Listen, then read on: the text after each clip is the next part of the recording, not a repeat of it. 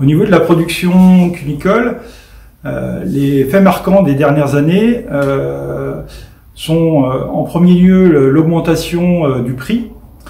Cette augmentation du prix de vente est liée à deux facteurs. Une indexation des prix de reprise par l'abattoir en fonction de la hausse du coût alimentaire, et un deuxième facteur, une baisse de la production de l'ordre de 7%, alors que la consommation, elle, baisse plutôt de l'ordre de 5%. Dans ce contexte, les marges sont stables, aux environs de 97-98 € depuis 4 ans. L'EBE par UTH dans la production lapin se tasse un peu, maintien de la marge, maintien des effectifs, mais hausse de certaines charges. La particularité de l'année 2021 est un niveau d'investissement assez faible pour les éleveurs de lapins. On peut considérer une certaine appréhension à investir, avec une incertitude sur l'évolution du système de production, avec pour peut-être une interdiction des cages en 2027, et des questionnements aussi sur l'augmentation du coût alimentaire.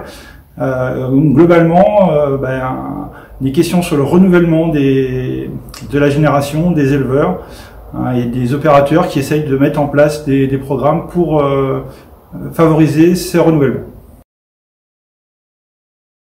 Quelques éléments sur la production porcine. Le fait marquant ces 2 dernières années sont le tassement du prix, après un prix 2019 relativement élevé. Le prix a baissé de manière continue pour en 2021 s'établir à 1,50 € du kilo payé pour les clôtures du 31 décembre. Ce prix est un niveau qu'on pourrait considérer correct si on regarde en moyenne sur les 5 dernières années. Mais le problème est surtout l'inversion du ciseau des prix avec l'aliment, avec une très forte augmentation du coût alimentaire et donc une baisse de la rentabilité des élevages en 2021. Le coût moyen de l'aliment porc s'établit à 285 € la tonne pour les clôtures du 31 décembre. Et ce coût moyen prend en compte les FAFeurs, donc l'aliment autoconsommé. Pour info, au jour d'aujourd'hui, le coût moyen est de l'ordre de 340 € la tonne. Donc forcément, il y a une forte baisse de la marge brute en lien avec cette inversion du ciseau des prix. Au jour d'aujourd'hui, on peut considérer que le coût de revient est de l'ordre de 1,80 €, alors qu'il était de l'ordre de 1,45 € il y a un an et demi. Le contexte est très particulier puisque au jour d'aujourd'hui le prix au cadran a repris 40 centimes, donc il s'établit à 1,67 €, donc un prix payé à environ d'1,83 €, ce qui permet de couvrir les charges, mais seulement depuis quelques jours. Donc la difficulté va être bien sûr de maintenir ce niveau de prix, et la difficulté va être aussi pour certains éleveurs de passer la dernière crise. Des aides sont envisagées des aides de trésorerie sont envisagées par l'État, et donc on peut espérer que le niveau de production ne va pas trop baisser dans les années à venir. Quelques éléments de résultats pour les marges volailles pour 2021.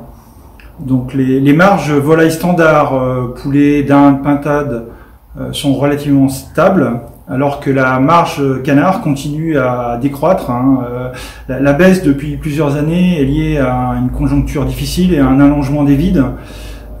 Cet allongement des vides s'est résorbé en fin d'année 2021 avec un contexte plutôt porteur. Au niveau de la volaille sous signe de qualité, le poulet label et la pintade label, les marges sont stables. Au niveau de la volaille bio, après des années plus difficiles, la marge a repris une progression et retrouve son niveau de 2018.